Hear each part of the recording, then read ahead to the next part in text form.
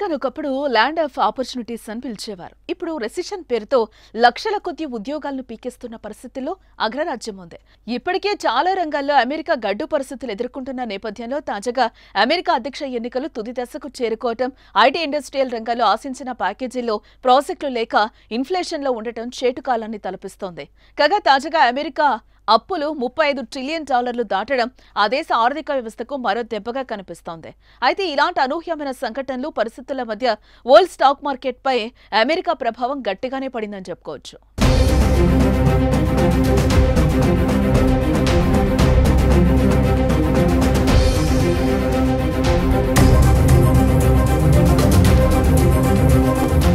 అమెరికాలో ఓవైపు రెసిషన్ భయం పెరిగిపోతుంటే మరోవైపు ఈస్ట్ ఏషియాలో నెలకొన్న యుద్ధ వాతావరణం కారణంగా దేశీయ స్టాక్ మార్కెట్లు భారీగా పతనమయ్యాయి.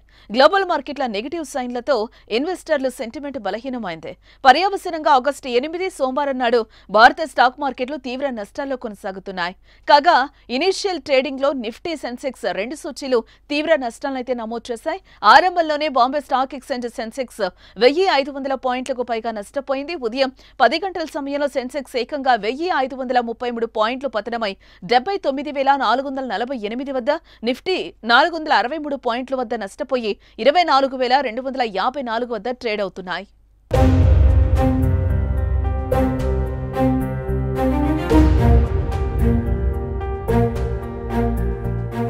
కాగా ఈ ప్రభావం భారత్ కరెన్సీపై కూడా భారీగా పడిందని చెప్పుకోవచ్చు. దీంతో రూపాయి ఎక్స్చేంజ్ రేట్ దారుణంగా పడిపోయింది. ఈక్విటీ మార్కెట్లతో పాటు దేశీయ కరెన్సీ రూపాయి విలువ కూడా గణనీయంగా పతనమైంది.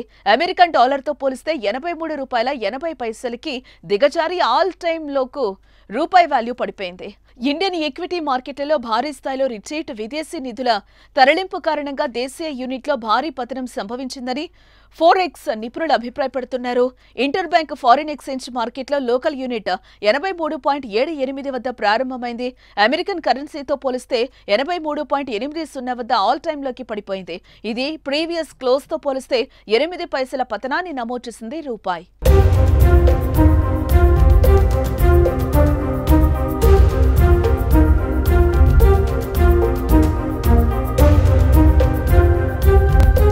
గ్లోబల్ మార్కెట్లో నెలకొన్న నెగటివ్ ఇండికేషన్స్ కారణంగా ఇన్వెస్టర్ల సెంటిమెంట్ బలహీనమైన క్రమంలో ఇండియన్ స్టాక్ మార్కెట్లు భారీ స్థాయిలో పడిపోయాయి. రికార్డు స్థాయిలో కొన్ని వారాల పాటు లాభాల బాటలో పయనించిన మార్కెట్లు నేడు నష్టాల్లోకి జారుకున్నాయని చెప్పుకోవచ్చు.